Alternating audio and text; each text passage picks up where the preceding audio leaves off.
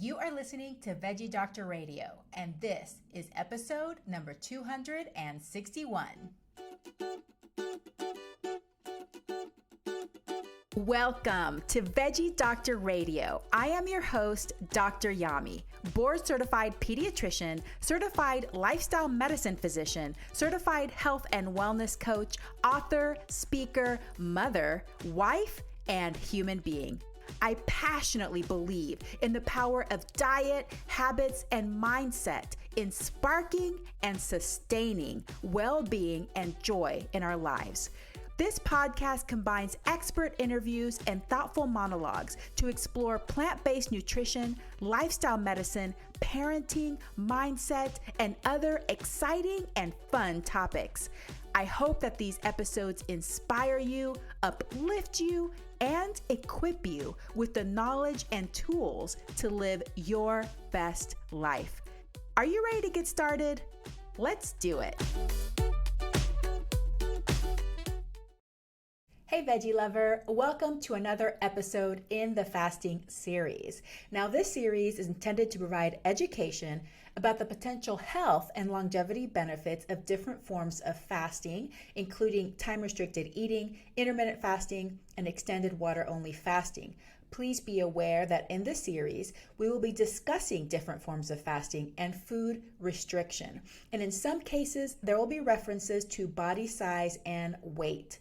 This material and these methods are not appropriate for children, pregnant people, or people with certain medical conditions. Please do not attempt these practices without medical supervision, as it could be very dangerous. These concepts may also be triggering for people with disordered eating or eating disorders, so please practice discretion before listening to these episodes. Thank you, and I hope that you enjoy this episode. Dr. Joel Fuhrman, MD, is a board-certified family physician, 7-time New York Times best-selling author, and internationally recognized expert on nutrition and natural healing. He specializes in preventing and reversing disease through nutritional methods. Dr. Fuhrman is the president of the Nutritional Research Foundation and on the faculty of Northern Arizona University Health Sciences Division. He coined the term nutritarian to describe a nutrient-dense eating style designed to prevent cancer, slow aging, and extend lifespan. For over 30 years, Dr. Fuhrman has shown that it is possible to achieve sustainable weight loss and reverse heart disease, diabetes, and many other illnesses using smart nutrition. In medical practice and through his books and television specials, he continues to bring this life-saving message to hundreds of thousands of people around the world. Key takeaways from this episode in the fasting series. Fasting is a powerful medical intervention. Everyone should practice some sort of time-restricted eating, especially finishing dinner early so that your body can repair as you sleep. Overeating, especially chronically overeating, raises your metabolism, which likely contributes to more rapid aging and decreased longevity. If you never get hungry, you are probably chronically overeating. What we eat is even more important than fasting. Focus on optimizing diet and increasing nutrient intake before you implement fasting techniques. Fasting should not be used as a weight loss technique because it can trigger binge eating and food obsession. And we want to ensure adequate omega-3 intake as well as plant protein intake, especially as we age. Dr. Joel Fuhrman, welcome back to Veggie Doctor Radio. It's such a pleasure to have you back on the show. Thank you. Great to be here. Well, today I want to focus on fasting because it's something that I have been learning more about myself and experimenting with myself. And I would love to hear your personal story about how you first discovered fasting. You wrote a book called Fasting and Eating for Health 28 years ago. So you've known about this for a while now, Dr. Fuhrman. So can you tell us the story about 28 years ago? I'm not old enough to have done that. Of course not. So yeah, tell us how you first came upon fasting and how it affected your life. Well, my father fasted first when he read Dr. Herbert Shelton's works in the 1950s and 60s. He was had problems with his back and kidneys and arthritic problems, and he fasted, which helped him a lot. I really didn't fast much in my youth until I was 20 years old. I was on the world figure skating team, and I had a heel injury which kept me out of competition and not walking for a year. And I thought I would fast back then to trying to absorb the growth of calcium in my heel because it wasn't getting better. Nowadays, we have these extracorporeal shockwave machines that we can put to absorb like calcified tendonitis and calcifications. And we have other ways of treating that, non-surgically. But in those days, I was left with thinking that fasting would help do that. And so So in my exposure to fasting in my youth, through my study of natural hygiene and my father's reading Dr. Shelton's works, I was able to be in contact with lots of people who fasted and utilized fasting as a therapeutic modality to help them get well. And through my medical practice over the last 35 or 40 years, I've utilized fasting as a therapeutic tool when appropriate to help people, put a little finishing touches on or bring them to the point of better health. For example, an asthmatic, a person who has asthma. We put them on a healthy diet, we clean them, and they try to stop their medications, and they still have too much inflammation in their lung, and the body utilizes inflammation to remove toxins from the body. And so we can talk about that more, but I'm saying that in the book Robbins and Cochran that all medical students read, it's the the basis of pathology, they explain and they teach us that the inflammatory response is closely intertwined with the process of repair, and inflammation serves to remove and wall off the injurious agent and sets into motion a series of events that tries to heal and reconstitute damaged tissue. So I'm saying the asthma attack itself is reparative because from retention of metabolic waste in the body. And then we suppress the reparative processes by taking steroids to push the poisons back in so we can breathe. So when we start to lower their beta, we get rid of their beta agonists first, and then we start to reduce the steroids appropriately. And at that point, if they're getting symptoms and they're not getting better, then we can institute a fast, and the fast can help reduce their inflammatory response, facilitate the removal of waste, and make it so they can breathe comfortably. And with a fast that we pursue to the point of, for a longer period of time, a few weeks, we can get it so the person never has asthma again for the rest of their life. So there we utilized fasting as a therapeutic tool whereas just stopping the steroids at the end wouldn't have been enough to remove their symptomatology. Their wheezing. Yeah, so it's a tool in your toolbox that you're using along with nutrition changes, lifestyle changes. And what you're trying to say is that inflammation is a signal that the body is trying to heal something. There's something there that the body is trying to repair. So it's good to pay attention to it. And also, we don't want to just use all these Band-Aids to try to cover it up because we're not actually getting to the root cause of healing that condition. Exactly, and that's really inherently one of the major factors wrong with medical care. It's that, let's say a person comes in with episodic headaches, and the doctor gives them medications for headaches to relieve the headache. And Escit, Wygain, Vanquish, Excedrin, Furanol, Furacet, Midrin, drugs whose active ingredients are barbiturates, narcotics, and caffeine, which takes the headache itself, which is most often reparative and removal of waste products that then excite or annoy the meningeal membranes around the brain. But it can also be caused by imbalance, structural and musculoskeletal imbalances, muscle spasm. It's not, eye problems, or there's other things that contribute to it. But, however, in most cases, the use of medications to suppress the headache leads to the development of chronic headache syndrome and worsens the headache over time, so people require more care and get more severe headaches.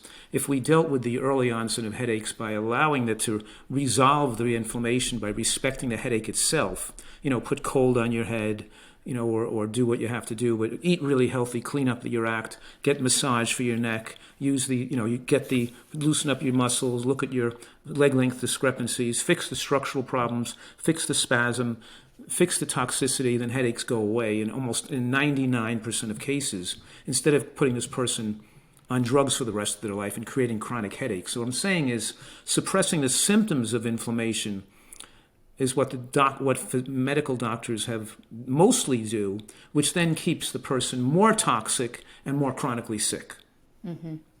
Yeah, excellent point. And I think a lot of people don't realize that because they've never thought about the alternative before. They've only just been treated with medications, and that's their understanding of how you go about, chronic conditions and disease processes.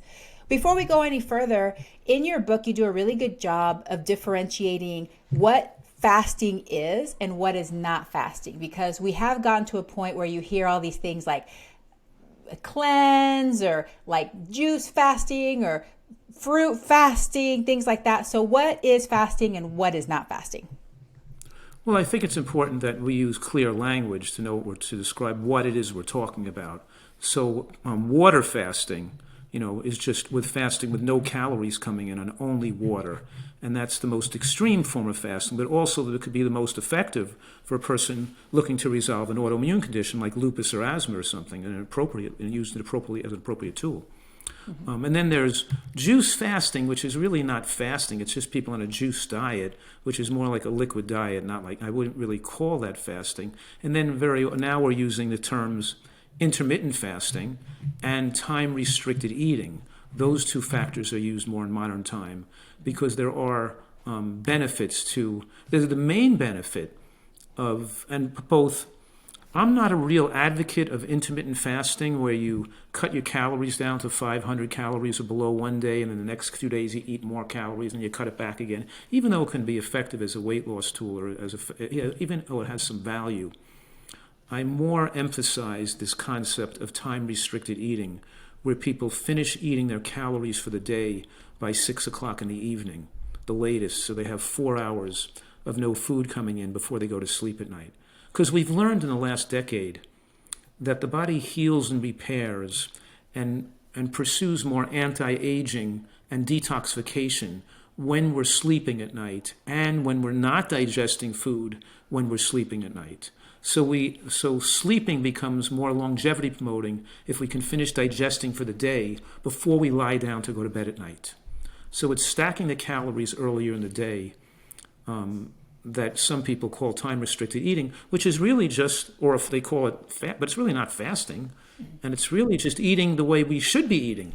We should be eating when it's light out and not be eating when it's dark out, and not be going to bed on a full stomach, By the way, I always say to people, man lives on half of what he eats, and on the other half lives his doctor, which is kind of like a joke, but it's really not, because it's incredible that in America today and much of the modern Western world, people are eating approximately twice as many calories as humans need to thrive, double the amount. And people have looked it up and said, that's ridiculous. They can't be eating double the amount. But look it up. They're eating about, in America, they're eating like 3,400 calories a day when the need for most people is between, let's say, 1,200 and 1,800. They're eating approximately double the amount what people should be eating. Yeah. It is incredible because what I've read is that if the body reacted as predicted, we should be even larger body size than we are. So what that means to me is because we have this overconsumption of calories, it really does indicate that our metabolism is in overdrive, having to process all of these extra calories and figure out what to do with them, whether it's burning it off, metabolizing it, whatever it's having to do, it's having to work really hard all the time, which is taking energy and attention away from just baseline trying to prevent chronic disease or even heal some old injuries and old processes that are happening in our body because we're giving it too much work. We're taxing the system too much. It's kind of the way I understand it. I am so glad you brought that up because very few people understand that concept, and it's astute to understand that concept that when you eat, it's 3,500 calories is a pound of body fat. But when you eat enough, when you put on body fat, you're eating more calories than you need. Your body's trying to get rid of some of those calories and avoid putting it all on body fat. So it speeds up the metabolic rate. It raises thyroid hormone production. It raises your basal metabolic rate and your body temperature. And it raises the respiratory quotient of calories burned through breathing. And people think that raising their metabolism is favorable. It's aging you faster. It's burning your furnace higher. You're going to shorten your lifespan. You're paying a price at the end of your life with burning out your stem cells and your telomeres, so you're aging at a faster rate. And they don't realize when you put 30 pounds on your body, you've eaten almost 60 pounds more calories than you needed, not 30 pounds, because the other calories raised your metabolic rate. Likewise, when you undershoot calories by a hair a little bit, your body resists losing weight once you reach your ideal weight.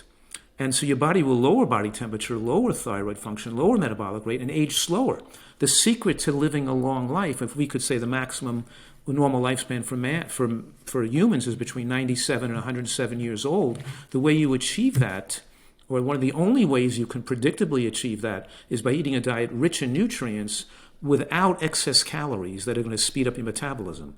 So while the modern world thinks we want to have a faster metabolic rate so we can eat more food and not get fat, I'm teaching the opposite, that we want a moderately slower metabolic rate so we can eat a little less food and not get too thin.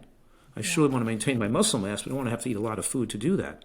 Yeah. And that's what I've accomplished. That's what I've seen. And it's funny because I go skiing with my buddies, and we ski all day on expert slopes, and their legs are tired, and they're coming home to eat these big giant meals and shoving the calories in, and I'm just eating my regular 500 calorie dinner and skiing the next. I don't have to eat like 3,000 calories to keep my weight up. You know what I mean? It's like they've revved up their metabolism by chronically overeating, and so many people, how can I say, have been acclimated to chronic overeating that when they don't, that the brain has, the dopamine receptors in the brain has sensitized to that, and they feel wasted or empty when they eat the normal amount of calories. So it's almost like an addictive withdrawal because they've acclimated to the overuse of calories, and they don't satisfy with an apple. They got to have something sweet like a candy bar or some ice cream or cake. They got to, or a bunch of dates. They can't just be satisfied. They need something more calorically concentrated all the time because they've gotten their body acclimated to that.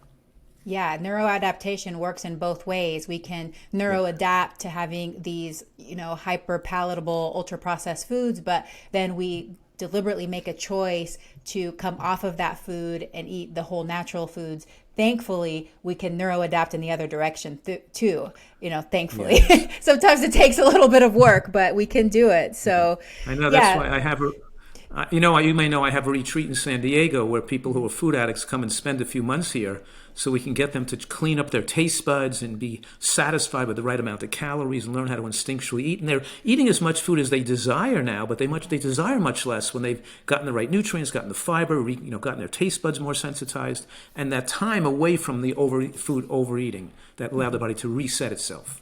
Mm-hmm. Yes, that's great. Okay, so you kind of mentioned a couple of different conditions that you use fasting for in your practice. I'd love to retouch on asthma because it does seem like there is quite a bit of literature out there in using fasting, water fasting, for the treatment of asthma. And I think that is one that my listeners would benefit hearing from, because I think we traditionally think of asthma as something that comes from the outside rather than from the inside, right? So you're thinking of asthma, like polluted air, or, maybe you have cockroaches in your house or too much dust in your house. That's what's causing the asthma. But if we are seeing that you can use nutrition changes and you can use water fasting to help alleviate your symptoms of asthma, then that means that it's something that's happening from the inside too. So can you talk a little bit more about the treatment of asthma and using water fasting for asthma? Absolutely. And don't forget, I don't start with water fasting. I start with dietary change. Yes. So first we get the person eating an excellent diet, and that excellent diet may take a year before I decide to put them on a fast.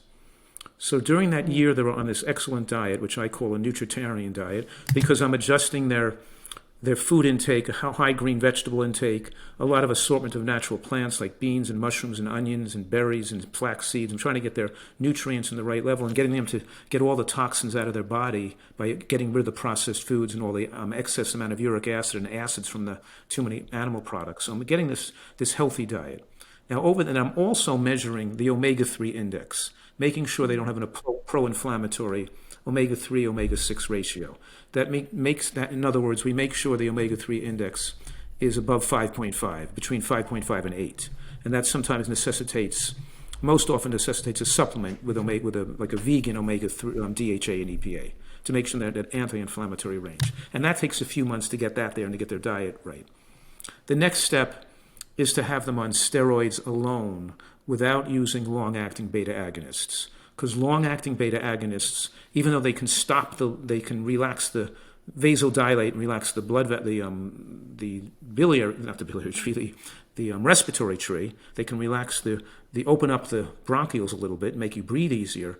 They do so and cause chronic inflammation. So they make asthma occur on a recurrent basis, just like taking the headache pills make headaches reoccur. The beta agonists used over time actually worsen asthma, and there's rescue inhalers that are short-acting beta agonists, but a person can still use that in an emergency.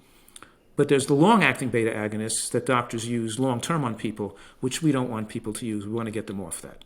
So sometimes I may even up their inhaled steroid dose, to the point where I get them off the beta agonist completely in the short run. But in the long run, as the year progresses, I'm going to start to weaken as they're breathing well now on maybe a higher dose or the same dose they were on the inhaled steroid with a spacer or a draw inhaler, so not putting the steroids into their mouth. So as we're doing that now, I might, over the period of subsequent months, if they're doing well, start to gradually lower their steroid dose, because you can get the steroid inhalers in different dosaging, and I can put it gradually go to a lower dose, and even have them use less puffs. And seeing them slowly improving their asthma over a year. It takes a long time. I've had people with cat allergies and hay fever after 1 year not get well, but after the second year of doing the diet, be able to not be exposed to cats and be overexposed to pollen and not react. Wow. So it really takes a long time to reset the immune system. So once we've gotten them to the point where they're doing well on less medication, and then we can discuss the fact of stopping medication completely. And we'll stop medication like every other day, or they'll skip a dose here and there, and we'll see if they get back wheezing or not. And if they're doing well, then they're doing well, fine. And if they are getting back wheezing when they're stopping the medication, if I think it's appropriately where they've been on the diet and their body nutrients are good, then I will say, okay, let's stop the medication. And we know you're going to wheeze a little bit. We can always put you back on it if we need to, but let's start a water fast now, because a water fast will suppress the immune response. Reactivity will go down. Your body will relax tissue, and you should be able to breathe easier, and have a period of time where you can finish cleaning out and getting rid of the remnants that are causing excitation to the lung tissue. And that's when I use the fast to help the person make a complete recovery from asthma. And I've had so many people, even adults, who said to me, they couldn't take exercise classes. They had to wake up in the middle of the night to use inhalers. They had very severe asthma. With this therapeutic protocol, but taking our time, not rushing the fast, not rushing getting off the medications, but taking a couple of years a year or more to get them well, they were able to get rid of their asthma and have a life free of asthma in their future. Wow! And and you're bringing that up, and that's really one of the I should say, a typical way where fasting can be utilized. One of the best ways to utilize fasting is with a condition like that. Yeah. Well, I'm glad you went through that, because it also points out that patience and persistence is needed in some of these conditions. So people really do have to be motivated to get well, to continue to make the right choices with their diet, to make some tweaks, and hold out for the long run to get better over these conditions. Right. And children get better much quicker, of course. And it's amazing when you start a child eating really healthfully. In most cases, their asthma just goes away, and you don't even have to. They grow out of it. You don't even have to fast them. Yeah. Do you check omega-3 index levels in children as well? So you may know I've done episodes on minimalism. I really believe in doing the best that we can to decrease waste and increase efficiency, and then just decrease the amount of stuff we have. And that's why one of my values in my medical practice is to be as paperless as possible. Now, it's impossible to be 100% paperless, but I think we're doing an excellent job here at Nourish Wellness. What I love is that our forms we now have made all paperless, whether it's a developmental form or a mental health form, or some of the different releases that parents have to sign. We are able to send that to them to their phone that they can access via a link, or if they're already in the office, we can send it to an iPad and they can fill it out here in the office. It's better for the planet. It is so much more efficient for us. So just think about the way we used to do it before. So before, we would have to print out the form, put it on a clipboard, give it to the family. They fill it out with a pen. We take it, we score it. So we have to do that by hand. Then we have to scan it in and then shred the paper. Just think about how much more time and effort that takes, how much wasted time that we have there that we could be answering patient phone calls, giving patients advice, doing other things, being there face to face with patients. So I am so happy that we have an electronic medical system, an EHR, TriMed, that allows us to stand by our value of being paperless and increasing our efficiency. Because when we increase our efficiency, we have more time to spend with families face to face, even if it's just relaxed time that we're sitting there listening to them, supporting them, answering their questions. It's invaluable. It's invaluable. So I am just so happy that I found TriMed, that we're able to stand by these values that we have. They make it easy for us. They support us. It improves our efficiency and our quality. So if you're looking for a new EHR, practice management system, then look to TriMed. You can find them at trimedtech.com, TriMedTech.com. Whether you are a solo practitioner or you're part of a larger practice, you really need to learn more about TriMed and the wonderful work that they're doing supporting healthcare providers, and see if it works for you. So check them out, trimedtech.com. Yes, I do. It's just a finger stick, so I can supplement them appropriately, especially if they're, if they're not eating fish. And the problem with eating fish from omega-3 is that there's so much dumping of waste products, plastics into the oceans, and fish are largely polluted. And a little bit of pollution, the little bit of plastic particles, the microplastics, can be one of the contributors to asthma. Yeah. So it's one of the reasons why a woman today with the same amount of calorie consumption, the same amount of exercise, is 30 pounds heavier than a woman who lived 40 years ago eating the same amount of calories, because we have more endocrine disruptors and more toxins and more pollution in the environment or in the water and where we're eating, and commercial, whatever it is, plastics in food or eating more fast food, but the body becomes polluted, and people don't understand that the body makes its own waste products like uric acid and urea and reactive oxygen species and lipofuscin, and it builds up advanced glycation end products, and it gets mixed in with toxins from the external world like polyaromatic hydrocarbons, for example, and microplastic particles. So we do get retention of waste in the body. It does contribute it does contribute to disease. And eating cleanly and carefully with a lot of plant-based nutrients and the utilization of fasting is the way we can get these toxins out of the body and enable the body to make a recovery. What are some of the other conditions that you commonly utilize fasting with? Well, the other common conditions would be things like mixed connective tissue disease, lupus, when there's not severe kidney involvement, and psoriasis, and rheumatoid arthritis. Those are conditions where I would utilize fasting the most. They're all autoimmune conditions, even though asthma is not an autoimmune condition, because it's the same technique we use with these conditions to get a person healthier, and either they're not needing medication, and then we can fast them earlier, or they're on immunosuppressive immunosuppressive drugs, which we have to wean off over a long period of time. I don't recommend fasting when you're on these immunosuppressive drugs, so we're trying to get the person well so they don't need much drug anymore. And if they can get to that point where they're almost off the drug or off the drug but still have very moderate to mild symptoms, then we can fast to clean up the symptoms to allow them to make a recovery. It's funny, I can tell you a case of a man who was a butcher. And he came in, ate the right diet for only a month, and then fasted. I think he fasted for 15 days, got rid of his arthritis. It all came back. It all went away, his shoulders, his hands. He was cured with just a month on the diet with a 2-week fast. And then I didn't see this guy in my practice for like 3 years, just assuming he's well. Then he comes back 3 years later, and his rheumatoid arthritis came back.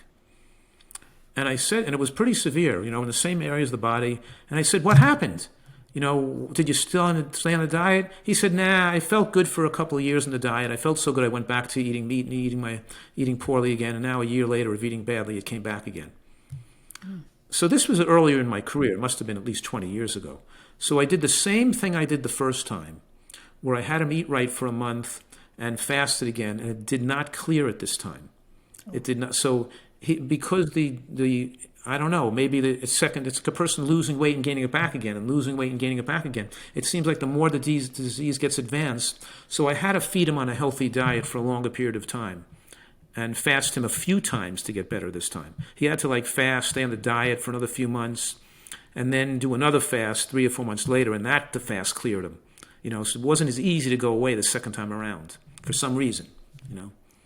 Well, hopefully after that round of, fasting, he decided that it was worth it to just stick with the diet. Hopefully he learned his lesson. He was a butcher, so. Oh, yeah, that's rough right there. In your opinion, your experience, what is the longest a patient can safely fast on their own without medical supervision? Is this something that's advised, or should they always have medical supervision for water-only fasting? That's a tough question to answer, because certainly we don't want people fasting on their own on medications or have medical conditions that could exacerbate the risks of fasting. And the main risk of fasting is becoming lightheaded and faint, and falling down and hurting yourself in a fall. A person could smack their jaw on a toilet bowl in the middle of the night, or they could smack their head on the ground, or they could. So the main risk of fasting is falling.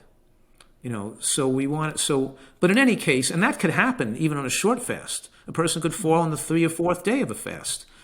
So that's why we're very cautious. And I think the instruction here is that if a person is water fasting on their own, which a person could probably safely do it if they're an experienced faster, and they know how the body reacts to fasting.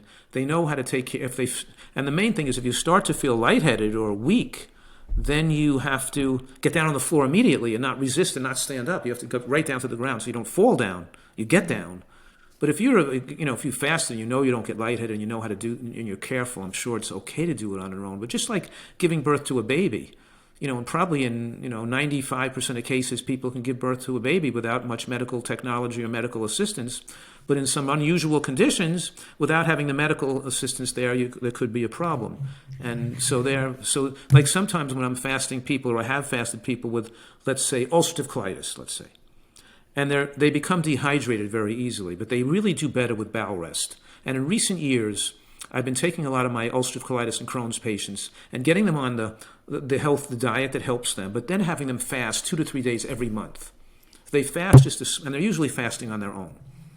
But I don't fast the 2 or 3 days in a month by themselves the first time. The first time they're doing it with medical supervision, because even on the 3rd or 4th day of a fast, the person could start vomiting, especially with ulcerative colitis when they get dehydrated, and the vomiting can't be relieved by taking in oral fluids. They might need some IV to stop the vitamin. They may need an intravenous fluids to stop the vomiting because they become so dehydrated when they fast. So there are some conditions where people don't make ketones, or some conditions like ulcerative colitis where they're moderately dehydrated or become dehydrated very easily, where they could become dehydrated and need medical care to rehydrate them properly. So they're trying to take water and they spit it up or they vomit it back up again. Mm-hmm. So there are some cases where, over my years of practice, where it was good that I had a medical degree and I could put an IV in when a person needed it when they were doing a fast. But that doesn't mean in 95%, that's a relatively rare thing that could happen, But I have had a person fall down and break something on a fast too, even under medical supervision. Telling them I told you to be careful. I told you not to go stand up at the toilet in the middle of the night. I told you not to. You still have people that are going to fall and going to hurt themselves, and that you have to be very careful about. Yeah. Okay. Good information. Good to know. What does it mean whenever you have protein sparing during a water fast? Well, for about 36, it takes about 36 hours for a female and about 48 hours for a male to go into the protein sparing phase of fasting. Our bodies are biologically designed to survive without food. It's like what if we were living 30,000 years ago? We had no food in a snowstorm. We wouldn't just die. The body can survive on no food for a long period of time, even like almost a month. But the point here is that when your body, the brain is burning glucose for energy, and 80% of the calories utilized at rest are utilized by the brain, by its need for glucose. So after you've gone through the stores of glycogen, the glucose from the meal, which could be 5 to 6 hours or 8 hours after you ate, then the brain still needs glucose. It can't function on ketones yet. So the body can break down muscle tissue because the body can make glucose from breaking down amino acids from muscle tissue, but it can't make glucose from breaking down fat. So does the body want to lose body muscle mass to fuel the brain's need for glucose? No. That's why we get hungry.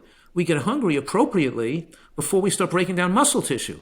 So true hunger becomes a precise computer directing us the right amount of calories instinctually to maintain our lean body mass. If to have gained weight, you had to have eaten outside of the demands of true hunger. Because true hunger exists to protect your muscle and bone. It doesn't exist to put fat on you. If you did become overweight, you're recreational eating, or you're eating because of toxic hunger, which is a withdrawal from a poor diet with shakiness and fatigue and headaches and stomach cramping. But the real hunger felt in the throat right here, which is true hunger, is to protect lean body mass. So then you don't want to, then if calories continue not to come in for a couple of days, or 36 hours for a woman, the body says, okay, we got to get some other fuel for the brain here because we're burning up too much muscle. And the brain over that first day starts to be able to accept ketones as an alternative or energy fuel for the brain. And the body transitions, the brain develops the ability to utilize ketones for energy and then spares the utilization of glucose. And sparing the utilization of glucose spares the breakdown of muscle tissue. So it's called protein sparing. Okay. That's important to understand because a lot of people assume that automatically when you start water fasting, you're just going to lose all your muscle mass right away. And that, that's a big risk factor of fasting. What's the difference between fasting and starvation? Well, starvation would be something that wouldn't be good. It would be that when your reserves of nutrients and muscle and fat are exhausted and you continue to not eat, then you're going to destroy some vital tissue that could impede organ function and on the way to death. So we don't want people to fast so long that they put themselves at some degree of harm. It's bad enough you fast and lose weight and lose muscle and then it takes you a while to build back that muscle tissue again. And don't forget, I'm not an advocate of people fasting till they're emaciated. If you want to use fasting as a lifespan enhancing tool, then let's say my body weight right now is about, just for argument's sake, about 150 pounds, just for as a round number. I could fast, 3 or 4 or 5 days and drop my weight to 140 pounds and then work out with weights and get my weight back over the next 3 months back to 148 or 50 again and fast back to 140 and get my weight back to 150 again and fast back the next year. I do another fast, right? The next 6 months do another fast because I'm utilizing some fasting, but I'm keeping my body weight still in a healthy, favorable range. I'm not fasting myself down to 120 pounds and then getting it all the way back again and yo-yoing it up past 150. I'm keeping my weight in that favorable range between 140 and 150, even though I'm utilizing some fasting. I generally do not recommend fasting for people with food addiction and obesity. Because if you follow these people, because number one, they have to learn to eat right and stay with something long-term. Anything they do temporarily isn't going to result in long-term weight loss. But when they're a food addict and haven't yet mastered staying on the right amount of calories and the right amount of foods long-term, the fast itself can trigger more emotional obsessions with food and make them more likely to binge after the fast. And even the people who lose weight, who use fasting and successfully lose weight from fasting or restore or get their blood pressure better or something, if you follow these people for a year or two after the fast, most of those people are at a heavier weight 2 years later than they were before the fast was, and it wasn't a good idea for them to fast. It would have been better if they took the time to learn how to eat this way through consistency and repetition and improving their taste muscle and changing their taste preferences and learning about and doing the program like we do it with with permanent change in the way people eat, reserving fasting and using it more judiciously for people who are not food addicts or have medical conditions that require it. Yeah, great point. And yes, I love that, because that really is the purpose of this series, is to have people learn about the health benefits of fasting. And I think fasting, or at least intermittent fasting, has gone mainstream mainly for weight control. But I think what you're saying is true, in that it leads to this binge restrict cycle for a lot of people, because they're using the fast as their method of weight loss, but they haven't even tried to address what they're eating, which it sounds like even when you're working with people for their medical conditions, you're always starting with that, dialing in the nutrition and dialing in the lifestyle habits before you're even considering putting them on a fast. Exactly. And people who are trying to lose weight, if they don't improve the quality of what they're eating, and they can't, that's why people fail in weight loss. That's why doctors think you have to give people drugs or you have to do surgeries or lap bands, because they don't understand that it's impossible for people to cut back on calories and be satisfied with less food if they're not getting their nutrients and fibers needs met. Yeah. The body becomes a calorie-consuming, cravings like a calorie-consuming monster. You can't do it. It's almost impossible to lose weight when you don't improve the quality of your diet. But when you start eating big salads and vegetable bean soup and mushrooms and onions and just berries and all that, when you start eating enough healthy food and bringing the nutrient levels up, then people eventually become satisfied with fewer calories and can comfortably stay on a diet, because the level of toxicity goes down. And I'm saying it's the toxic load in the body that causes withdrawal to occur in the non-digestive state that lets people feel fatigued and uncomfortable, and they got to eat more calories to keep their energy up. And that desire to eat to keep their energy up goes away when they eat very healthfully.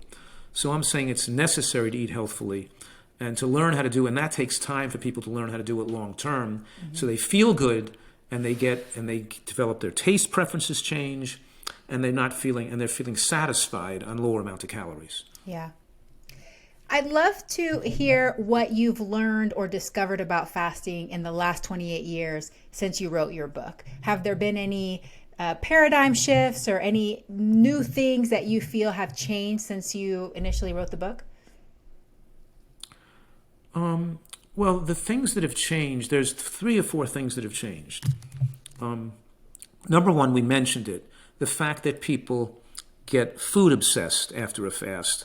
And if they are food obsessed and have a tendency towards addictive eating, then fasting could make that worse. And even intermittent fasting could lead to that binge eating cycle we're talking about. So it's not, so yes, that's the main thing we're being more cautious of with fasting. Mm-hmm. The second thing is the importance of the omega-3 index, particularly in plant-based eaters, because my 35, 40-year experience as a doctor specializing in this field, taking care of vegan communities and elderly vegans, found a high percentage of people developing later life dementia who are living a long time, or Parkinson's disease, and which is related to dramatically deficient levels of the omega-3 index. So where most people advocating plant-based diets recognize the need for B12 and sometimes zinc and iodine, there's too much cavalier attitude towards the critical importance of maintaining an adequate omega-3 index, because if you're going to live to be over 90, you're going to live to be 95 to 105, you want to live with your memory and mental faculties intact. And to do that takes some advanced planning, because it's your omega-3 index through the middle ages of your life, through 50 to 70 or 80, that's going to determine whether you have full mental faculties when you're 90 or 95. You can't just try to fix it back then. Yeah. So that's an important critical aspect. And the other aspect has to do with modulating protein. And that is that we've seen more recent data that more animal protein in the diet raises IGF-1 too high, which can permit cellular replication, allowing cancer cells to replicate or accelerate aging. And with certain ways of eating or the excessive use of fasting, or even on certain styles of eating plant-based diets, the protein levels could become too low, and the IGF-1 could become too low, also suppressing immune system function. We want to have adequate plant protein and less animal protein, and it's having a diet, especially as we age, with making it with its more adequate exposure to the richer plant sources of protein, meaning green vegetables, beans, and nuts and seeds, including soybeans. So those 4 categories of foods are the higher. So when you have a diet that's mostly fruit or mostly rice or not enough of the greens, being or mostly potato, you can be. If the diet is not adequately designed, it may be fine for a person in middle age, but as they get to be an elderly age, having a little more careful design to make sure they have adequate protein is important to maximize health and immune system function as they get past the age of 90. Okay. Yeah, that's good to know. And definitely, I feel like there's more literature and more research coming out about that. As we get older, we need a little bit more focus on the protein because it becomes harder for us to absorb the adequate amounts to maintain the muscle mass and the bone strength and all of that. Now, does that mean that we should be more mindful of looking at what percentage of protein we're getting from our diet, or just make sure that we are including those types of foods? I think it's just making sure you are including those types of foods, and also making sure your diet isn't largely fruit. If you eat too much fruit, then you can dilute the protein concentration of your diet by having a mostly fruit diet. My concern is these people who are healthy when they're young, who are eating too much fruit, as fruit becomes the main thing, what they eat at every meal, and they're not eating enough salad, cooked green vegetables, quinoa, beans, nuts, sunflowers. They're not eating enough of the variety of higher protein plant foods. And the second thing is that if a person is not thriving, if they're becoming too wasted, they're losing too much strength, they're becoming too frail or thin, it's something we should consider to look at. Measure their body proteins, measure their IGF-1, see if they need more, see if they need a supplement or something additional to what they're doing. We don't just, so I'm saying that a lot of the plant-based community is very cavalier with a one-size-fits-all approach, and I'm saying you have to see if a person's thriving, and you have to do some investigation if they're not. Very good point. Okay, so I have one foot in the powerlifting community as well, because I enjoy powerlifting. And of course, when it comes to powerlifting and bodybuilding, the mantra is more protein, the better. Can you have too much plant protein? Well, you'd have to overeat calories if you're getting too much protein, how would you get too much plant protein? You can get too much of a concentrated protein from soy isolate. Mm-hmm. Soy protein isolate can raise IGF-1 like dairy products or whey protein can. Mm-hmm. And so that could be unfavorable for these bodybuilders trying to push their protein too high. They're probably better off, if they want to moderately push their protein over and above what you can get from food, they're probably better off using a pea-based or a pumpkin-based pumpkin-based proteins and hemp, pea protein and hemp-based protein. And what I tell people is that any recipe that calls for nuts and seeds, cashews, pecans, walnuts, whatever it is, take out half of those nuts and put in hemp seeds instead, half, because that'll increase omega-3 and increase the protein content of your meal. Because hemp seeds are very high in protein. And soybeans, don't neglect the fact that using cooked soybeans, dried beans in your diet, and also for bodybuilders or competitive athletes, we also use Mediterranean pine nuts, which can be 40% protein. They're expensive. I've often given jars of pine nuts to the world-class athletes and Olympic athletes that I've advised. I'm giving them these for free. I'm giving them for free because I feel good about helping them. So I'm giving them these jars of pine nuts because they're so rich in protein. They can travel with them so they don't have to eat meat for protein or egg whites. They can get the pine nuts. They're 40% protein. Yeah, but in any case, you have to take out a second mortgage though for those pine nuts because they're really expensive. Right.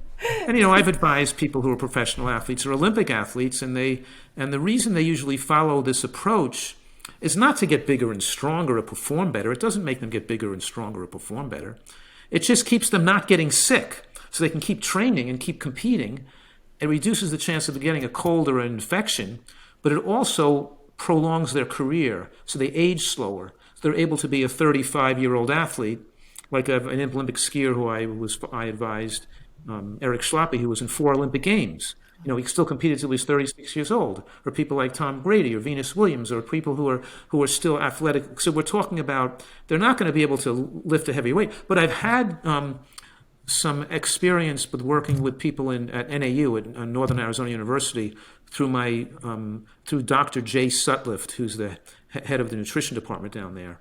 And he uses my Andy scores and my nutritarian diet to advise a lot of athletes. And some of these big shot putters and javelin throwers, by just getting more vegetables and getting more nutrients in their diet, are getting less soreness and recovering faster from their workouts. So they actually are able to perform better because they can train better. Yeah. So even though we're not saying it's going to build more strength, it could make you so you have less inflammation in your tissue, and you recover faster from your exercise exertions. Yeah. I mean, there's definitely something to be said about feeling good, because the better you feel, the better you can train, the more you can train, and that's going to give you gains. So I think cumulatively, when we're addressing a diet that's anti-inflammatory, it is going to help, So I think that's all great. Definitely. And the other issue is that the shortest lifespan of any profession in North America are linebackers on football teams who eat to get unnaturally large. And being a power lifter, be a power lifter and be, for a male, 160 pounds, or for a female, 130 pounds, but don't power lift yourself to be unnaturally big through animal protein and even steroids or whey protein, and they're using these concentrated protein drinks and weight gain drinks, so they want to get super large. It's not good for their health, for longevity. If they're just, it's not how big your muscles are, they're not going to be how long you're going to survive. Yeah. So we got to be careful about that, or at least people should at least be aware of that. Yeah, great point. Well, can you tell us a little bit more about what your own way of eating is? And it sounds like you probably integrate a little bit of time restricted eating, or at least keep, the evening meal early. Can you tell us a little bit about your routine? Yes, that's exactly what I do. I try to make sure I don't eat dinner. I eat dinner at 5 o'clock, and that by 6 o'clock, I've done with calories for the night. And sometimes I even get hungry at 9 o'clock or 10 o'clock at night. And I did too much exercise and I'm still hungry again. But I'll have some water and just go to bed and try not to eat anything. So I'm consciously trying not. And having hunger sometimes at bedtime, or having hunger in your day, it gives you the feedback, good work, you didn't overeat. You know how people say you never get hungry. I'm on a great diet, I never get hungry. Well, if you're never getting hungry, you're probably chronically overeating. Because if you're not getting hungry, you probably could eat less food. So the whole point is eat as little as you can comfortably eat, not as much as you can get in there. And so, yes, I'm trying to moderately calorically restrict by not snacking after dinner or eating foods late at night. So when I finish dinner, close up the kitchen, put the food away, clean your teeth, water pick, whatever you do, floss, brush, because then that's also a inducement not to go back and put more food in your mouth once you clean your teeth for the night. And then enjoy your night. Play games, go for a walk, watch television, watch movies, listen to music, do things that you enjoy, and stay away from food. Yeah. Stay away from the restaurant. I think that brushing the teeth is very helpful actually for me, because it's like that automatic signal that I'm done eating, and your mouth feels good, and you don't want to mess it up. You just want your mouth to feel good for the rest of the night before you go to bed. And that's where desserts are something I encourage, because you eat a moderate amount of calories for dinner, and then you have a small dessert, like a frozen ice cream or some frozen cherries that are half defrosted, or you had something, But in any case, it marked the end of eating for the day. I had my vegetable-based meal with my wok vegetables, with my Thai curry sauce, and I had some black beans or whatever it is I was eating, and mushrooms. When I ate my meal, and then I had a little fruit dessert, or I made an agar-based dessert. You know what agar is? Makes like a Jello type dessert with a little agar and soy milk and vanilla and banana in there. I had a little Jello and so we serve people, and it really tells you, okay, you had a little dessert, now you're done for the night. Yeah. You're finished. No more food. Not going to have any bread. Not going to have another. Just stay away from food for the night. And then, what time in the day do you usually have your first meal?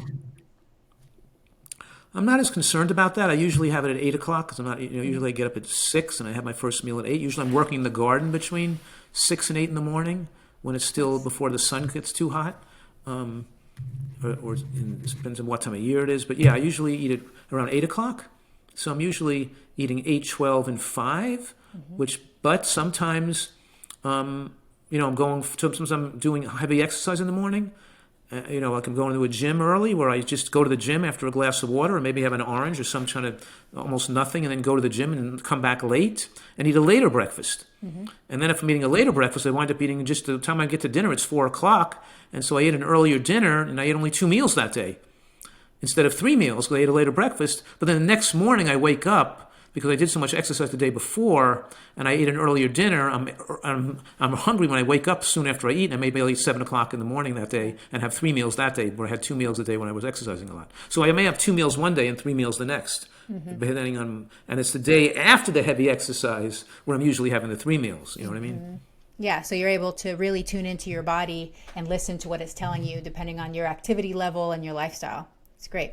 Right, exactly. Okay, so I do have 3 rapid fire questions to end, but before we finish with the rapid fire questions, if you could please tell the listeners where they can reach you and connect with you and what products and services you offer and where they can find your books, because you have so many. How many books do you have? It's like I have many. 12 full-size books and a lot of different booklets on things, but I have 12 books. 7 books have become New York Times bestsellers. But some of my favorite books are the ones who have not become bestsellers, like Fast Food Genocide was not a bestseller, and Disease Proof Your Child was not a bestseller, and some of the ones that people like the most were not bestsellers. But my most recent book, which the most scientific references in it, with the most updated references, is Eat for Life. Because I want to, I want people to make sure they're having references from 2001 and 2002, and not references done from 10, 15 years ago. So I've been writing books for many years. And I think that's a great place for people to start with. The latest book is Eat for Life, and they can buy the book on my website, drfuhrman.com, or on Amazon, like all of the books are available. And I have cookbooks, and on my website I have a lot of recipes, and I have products, food products. I even make salad dressings and soups and things to make the diet easier to do, and some supplements like the DHA packed in glass that's refrigerated to keep it fresh. So I have some supplements that people can take if they want to utilize mine. And I have some food products they could utilize with no oil, no salt, no sugar, no sweeteners, like a Thai curry sauce or an orange cashew dressing, or a bean soup or something made with no salt, or a ketchup made with no salt and sugar. Like I have some products that just to make this easier for people to adapt to the way I'm eating them, teaching them, Excellent. And that's again, doc. And I also run, as you know, I run classes and detoxes and lectures, and I do internet teaching and events over the internet for people to sign up for. Like I have a master class in autoimmune disease and cancer where people can download the information instead of just reading the book. They can know exactly what to do for various conditions. And then I also have a part of the membership on my website where people can ask me questions directly, and to communicate with me through a forum, in an Ask the Doctor forum, if they want to actually have my opinion about what they're doing. Mm-hmm. Excellent. You're prolific. You have been doing so much work for so long, and for people want to look up on YouTube as well. So many different lectures that are very helpful and informative, but everything is on drfuhrman.com. You can find all the books on amazon.com. Okay, you ready for the rapid fire questions? Sure, whatever they are, I'm always ready. All right, let's do it. Okay, what's your favorite thing about fasting? That it enables people to reverse disease. I love I became a doctor because I get excited about people getting well and using those natural tools. I know, it's so wonderful. What's your biggest fasting pet peeve? So, like a myth, a misconception, or a misuse of fasting? When people are fasting because they're obese and they're fasting to lose weight. Okay, great. And what is one thing you want people to understand about fasting?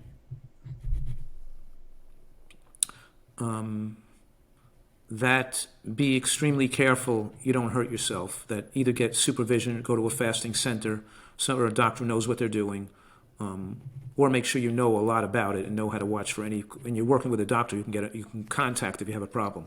In other words, even though my book was written, 30 years ago, it 28. still has some 28. Yeah. It still has some valuable information for a person considering a fast, because it gives them warnings and things to what to watch for and what are the risks involved, so they know what to be concerned about to make fasting more safe, make it safe. Awesome.